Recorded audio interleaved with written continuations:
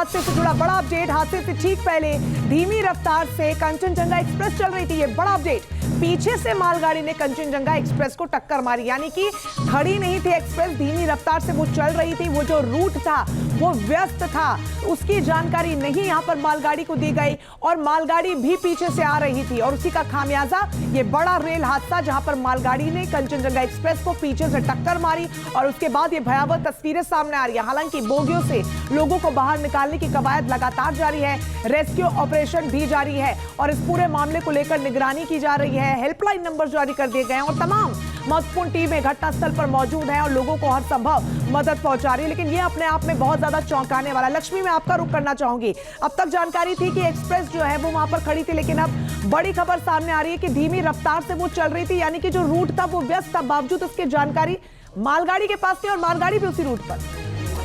बिल्कुल, देखिए रंजना, इसमें लगातार अपडेट सामने आ रहे हैं। पहले खबर ये थी कि जो है वो गाड़ी खड़ी हुई थी और खड़ी गाड़ी में जो है वो मालगाड़ी की ओर से टक्कर मारी गई है, लेकिन अब जो खबर आ रही है वो ये कि एक्सप्रेस धीरे धीरे चल रही थी। लेकिन मधुरन जी लगातार मेरे साथ जुड़े हैं, कुछ ऐसे पहलू हैं जिन पर मैं इनसे चर्चा करना चाहूंगी। इससे पहले मधुरन जी, आप दो चीजों को बोल रहे थे। आपने कहा कि सिग्नल को क्रॉस किया है। पहला मेरा सवाल ये होगा कि आखिर सिग्नल का प्रोसेस वहां पर क्या होता है, वो समझाइएगा। और दूसरा, आपने कहा कि मालगाड़ी की रफ्तार इतनी थी कि उसको चाह के भी आप ब्रेक नहीं लगा पाए।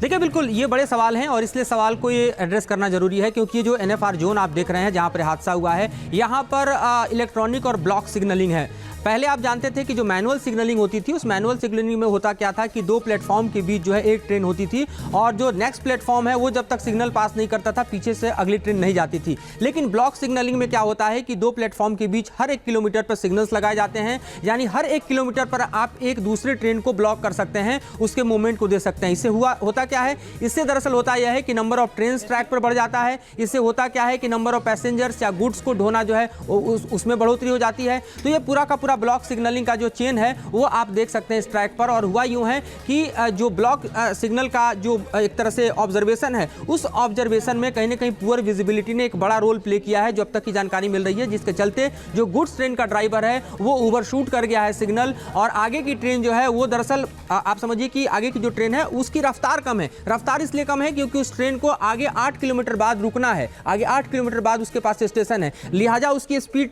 कम है और ऐसे में गुड्स ट्रेन का ड्राइवर ओवरशूट करते हुए ट्रेन को सिग्नल को पार कर जाता है और सीधे जाके कोलिजन होता है, जिसके चलते ये ट्रेन डिरेल हो जाती है। उसके दो रियर कोच जो है वो पूरी तरह से बिखर जाते हैं, जो इस वक्त दिखाई दे रहा है। तो ये अपने आप में जांच का विषय तो है कि क्या ओवरशूट करना एक मानवीय भूल है या भी बने रही है। विश्लेषण जो है वो लगातार जारी रहेगा। बहरहाल ग्राउंड जीरो पर स्थिति क्या कुछ बनी उसे भी जान लेते हैं। हमारे दो सहयोगी पूजा प्रताप सिंह दार्जिलिंग से हमारे साथ जुड़ गए, तापस सेन गुप्ता सुबह से लगातार कोलकाता से हमें जानकारी दे रहे हैं। तापस, मैं आपका रुख करना चाहूंगी कि रेस्क्यू ऑपरेशन सबसे पहले बताइए कि कहां तक पहुंचा और अभी फिलहाल ताजा स्थिति क्या है।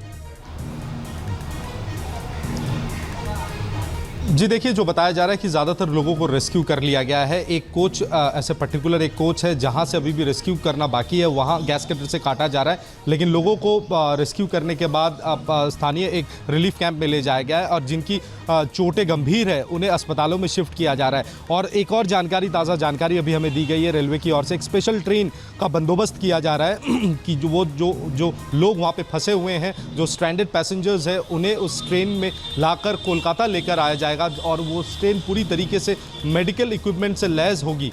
तो और साथ में ये भी बताया जा रहा है अब कंचनजंगा एक्सप्रेस जो शियालदा से रवाना होना था आज शाम को, वो अपने निर्धारित समय पर ही रवाना होगी। यानी कि रेल ये उम्मीद कर रही है कि जो पटरी है इसे साफ कर दिया जा सकता है। हालांकि इसको लेकर कोई भी फैसला अभी तक नहीं हुआ है, लेकिन CPRO ईस्टर्न रेलवे की ओर से ये साफ किया गया है कि वो काफ़ी ज़्यादा उम्मीद रखते हैं कि रेलवे पटरी साफ हो जाएगी और जो लोग वहाँ फंसे उन्हें कोलकाता लाने के लिए एक स्पेशल ट्रेन का बंदोबस्त किया जा रहा है।